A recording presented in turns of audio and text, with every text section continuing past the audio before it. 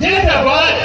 સમાજ જે સ્વાભિમાન સભાની આજે આયોજન કર્યું છે એ સ્વાભિમાનથી જીવતો તો એને ભિખારી બનાવી દીધો અને એ આદિવાસી સમાજ જે પોતાનું કરીને ખાતો હતો, પોતાનું પાણી પીતો હતો, પોતાનું ગીતો ગાતો હતો, પોતાના વાજિંત્ર વગાડતો હતો, પોતાની બોલી બોલતો હતો, એને તમે અનાજ માટે પણ ભીખ માંગતો કરી દેતો, નળો મોઢીને પાણીમાં બી ભીખ માંગતો કરી દીધો. સ્ટેચ્યુ બન્યું ત્યાં આદિવાસીઓની જમીન ગઈ, ડેમોમાં આદિવાસીઓની જમીન ગઈ,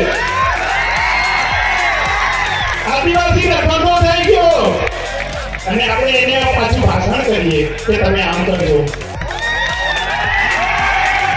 આ માઇક મારે